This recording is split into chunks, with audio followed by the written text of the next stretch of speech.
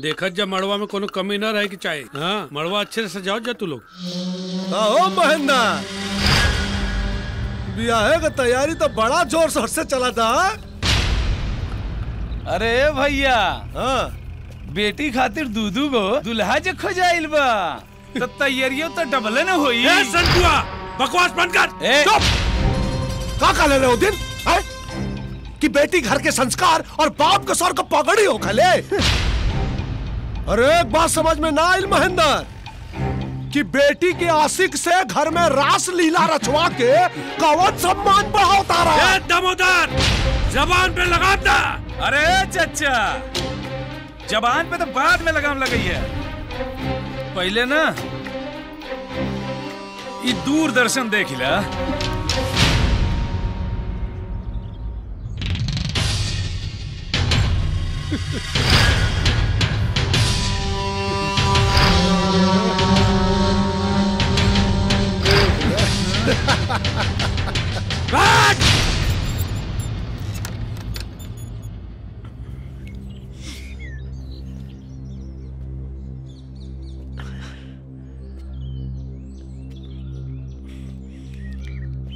मीता, एक बात करे के रहे तोरा से। हमारो के तोरा से बात करे करल। का बात बा बोला।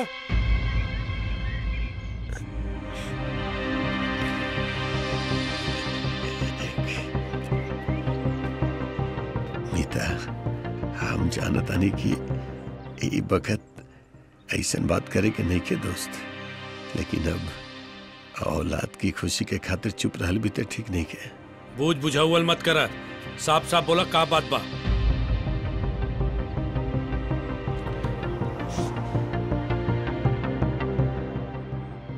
हमार बेटा और तुम्हारी बेटी एक दूसरा से बहुत प्यार कर ले। बस नारायण बस।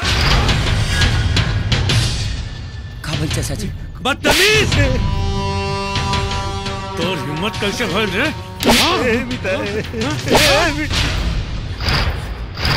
बाबूजी, बाबूजी,